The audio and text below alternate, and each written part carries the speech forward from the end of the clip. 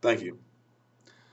Now, we've just covered three different major aspects in how men and women are different. There's cognitive, there's social behavior and personality traits, and then there's psychological disorders. In cognitive abilities, we saw minor differences, we saw more significant differences in social behavior and personality traits, and still minor differences in psychological disorders. Now, to put these gender differences into perspective, we have to look at it as a whole, and in all actuality, men and women really don't have all too many differences in personality traits, behaviors, things like that. So, why is it that a man is considered to be somebody that has to be very tough and very strong, whereas a woman is very nurturing and a caregiver, very emotional? There's a few beliefs that may attribute to this, and one of them, if you'll find in your book on page 310, which is social role theory, which asserts that these minor gender differences are exaggerated by different social roles that men and women occupy. This means that a woman is taking care of a child will then be labeled as a nurturer because she is a woman, not so much that she's the person taking care of this child.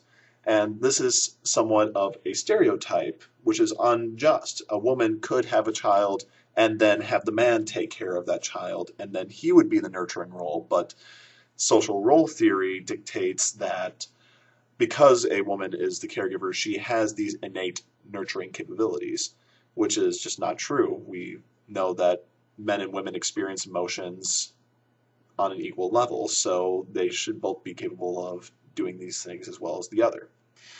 Now, another belief is social constructionism, which asserts that individual construct of their own reality is based on societal expectations, conditioning, and self-socialization. This is where you are raised to believe that a woman acts this way, a man acts this way, and you take in these traits into yourself, you internalize it, and you begin to act this out. Now, if you really want to look at whether it's nature or nurture, you really have to understand that it's a little bit of both. That it's going to be how people are raised, whether or not they believe that a man should act this way, a woman should act this way.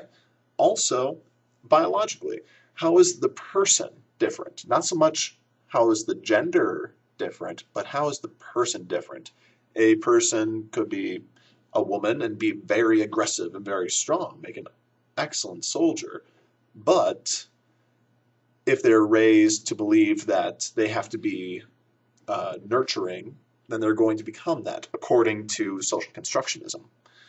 And the same thing goes for men. Men can be very sensitive, very nurturing, but then grow up and believe that he has to be strong and will change himself because of this. These are all very interesting theories, but really it comes down to how you analyze the individual, like how the individual grew up and what they were like to begin with. Thank you very much. It was a great pleasure to join in this presentation. Have a good day.